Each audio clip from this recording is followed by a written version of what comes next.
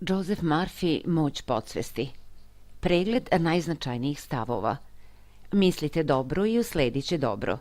Mislite zlo i usledit će zlo. Čovek je ono što misli. Podsvest nije u stanju da se suprotstavlja, već usvaja sve što je svest uputi. Nikada nemojte reći nemam novaca za tako nešto, čak i ako je to tačno. Izaberite bolju pomisao. Kupit ću tu stvar, u mislima je već moja. Svaki čovek raspolaže sa mogućnošću izbora. Opredelite se za zdravlje i sreću. Možete izabrati ljubaznost ili neljubaznost prema bližnjima.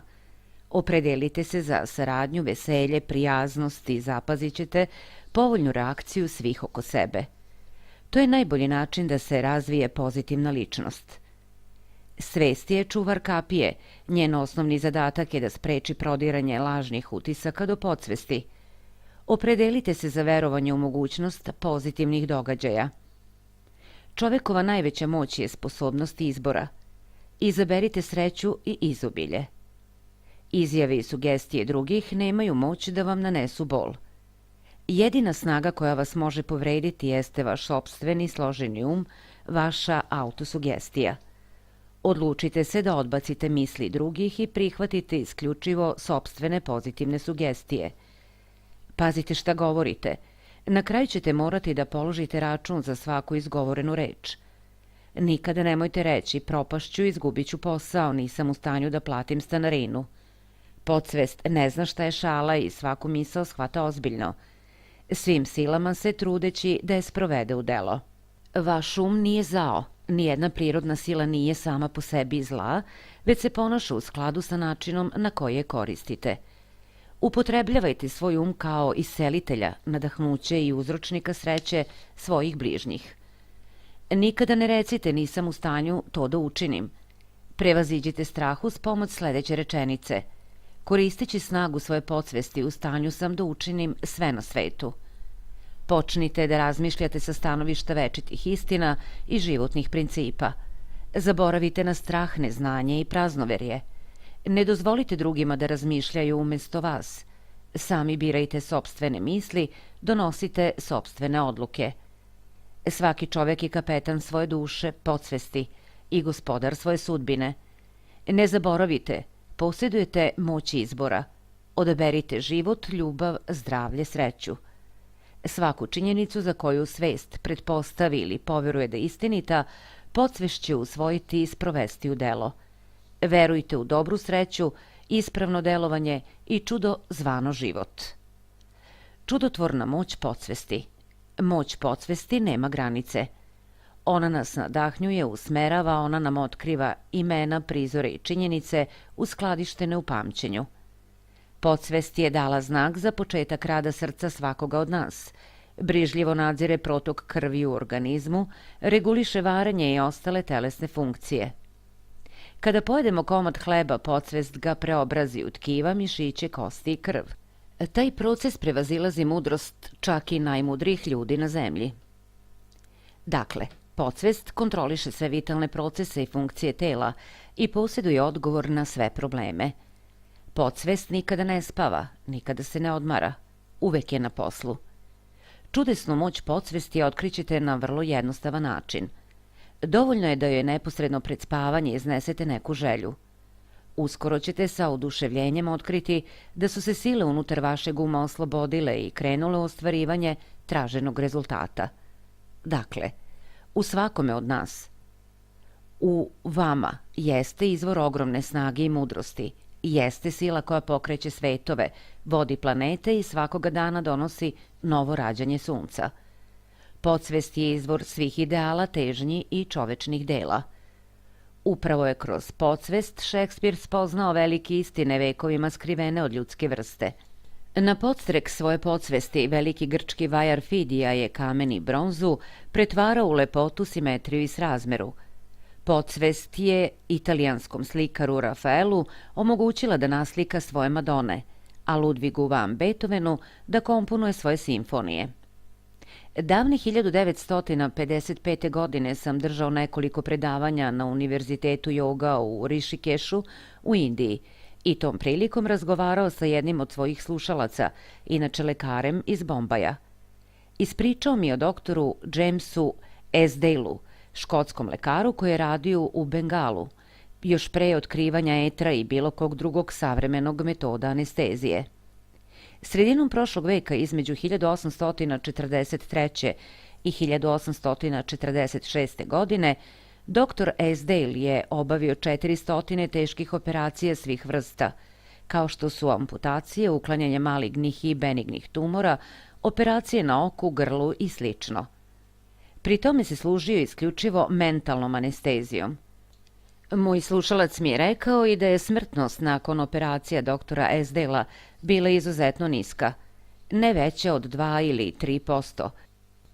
Pacijenti gotovo da nisu osjećali bol, a nije zabeležen ni jedan smrtni slučaj tokom same operacije. Dr. Esdale je podsvesti svojih bolesnika podvrgnutih hipnozi upućivao sugestiju da neće doživeti nikakvu infekciju i da će zahvat proteći u najboljem redu. Treba imati na umu da se to dešavalo pre Louisa Pasteura, Josepha Listera i ostalih naučnika koji su otkrili bakterijsko poreklo bolesti i nesterilisane instrumente kao uzročnike infekcija. Lekar iz Bombaja je dodao da su niska smrtnost i odsustvo infekcije nesumnjivo posljedice sugestija koje je dr. Esdale upućivao svojim bolesnicima, tačnije njihovoj podsvesti. Očigledno je da su pacijenti odgovarali sasvim u skladu sa njegovim sugestijama. Jasno je da je usamljeni lekar još pre 1,5 veka otkrio čudesnu i čudotvornu moć podsvesti. Ne bude li ta činjenica u svakome od nas strahopoštovanje? Pomislimo na transcendentalne moći podsvesnog dela uma svakoga od nas. Pomislimo na njegovu sposobnost vančulnog opažaja kao što je vidovitost, na njegovu nezavisnost od vremena i prostora, njegovu sposobnost da uništi bol i patnju ili pruži odgovor na svako postavljeno pitanje i reši svaki problem. Navedene činjenice ukazuju da u svakome od nas postoji prebiva sila, inteligencija koja daleko nadmašuje naš sopstveni skučeni um. Opisani doživljaji navode nas da sa osmehom poverujemo u čudotvornu moć naše sopstvene podsvesti. Podsvest je knjiga života. Bez obzira na prirodu misli, verovanja, stavova, teorije ili dogmi koje zabeležite, urežete ili utisnete u podsvest, uvek ćete ih doživljavati kao objektivne oblike ispoljavanja realnih uslova, prilika i događaja. Sve što čovek unese, zapiše u sebe i iskusit će kao nešto spoljašnje. Svako od nas posjeduje 2 životna lica, objektivno i subjektivno, vidljivo i nevidljivo, misao i njen spoljašnji oblik. Misao prihvata mozak kao organ svesnog dela uma koji se bavi razmišljanjem. Nakon što svesni ili objektivni deo uma u potpunosti usvoji misao, šalje u solarni pleksus, splet nerava koji se naziva i srcem čovekove duše, gde stiče svoj telesni oblik i pretvara se u doživljaj, postaje deo iskustva. Kao što je već rečeno, podsvest nije u stanju da se suprotstavi svesnom delu uma, već deluje isključivo na osnovu primljenih naredbi. Dakle, presuda koju donosi svest uvek je konačna. Stoga svako od nas u svakom trenutku ispisuje knjigu sopstvenog života.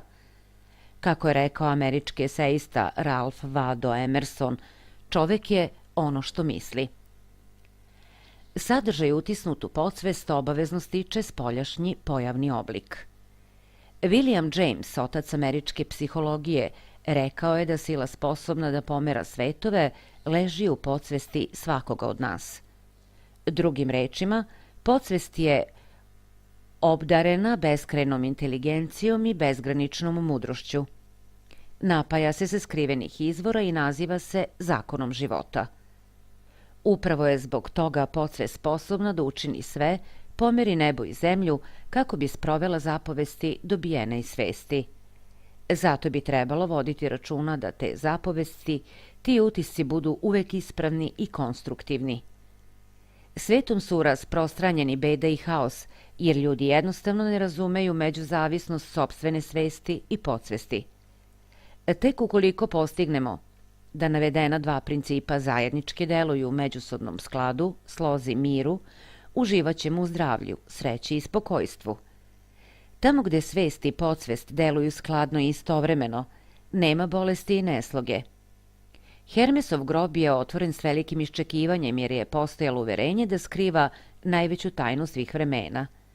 Tajna glasi: kako je iznutra, tako je iz polja. Kako je gore, tako je i dole. Drugim rečima, sve što je utisnuto u podsvest nalazi svoj izraz na ekranu slobodnog prostora.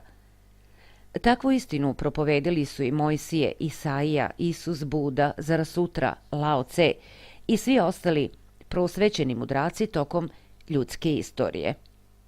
Sve što subjektivno osetite kao istinito, naći će svoj izraz kao iskustvo, osobina ili događaj. Pokret i osjećanje moraju uspostaviti trajnu ravnotežu kako na nebu, odnosno čovekovom umu, tako i na zemlji, u telu i njegovoj okolini. Tako glasi osnovni zakon života. U svekolikoj prirodi susrećemo se sa zakonom akcije i reakcije, pokreta i odmora. Tek po uspostavljanju ravnoteže između te dve pojave nastupit će sklad i opšta uravnoteženost. Zadatak je čoveka da dozvoli i omogući ritmično i skladno odvijanje tog zakona kroz svoju svest i svoje telo. Početni impuls mora biti jednak dobijenom rezultatu. Utisak i njegov izraz moraju se poklapati. Negativne razorne i zlobne misli stvaraju štetna osjećanja koja nužno moraju naći svoj spoljašnji izraz. Otuda se javljaju srčane tegobe, povišeni pritisak, čir organa za varenje, napetost i slično. Šta mislite o sebi ovog trenutka? Svaki delić vašeg bića izražava tu pomisao. Telesno zdravlje, materijalno stanje, prijatelji i društveni položaj savršeno odražavaju ideju koju imate o sebi. Upravo se u tome ogleda stvarno značenje svega što je utisnuto u podsvest i što dolazi do izražaja u svim fazama ljudskog života. Zadržavajući negativne misli, samima sebi nanosimo štetu, čak bol. Koliko ste samo puta sebe povredili naljutivši se, uplašivši se, dozvolivši da vama ovlada ljubomora ili žeđ za osvetom. To su otrovi koji zagađuju podsvest. Niko se nije rodio zadoje negativnim stavovima. Stoga, hranite podsvest životvornim mislima i jednostavno ćete izbrisati sve u njoj pohranjene negativne obrasce.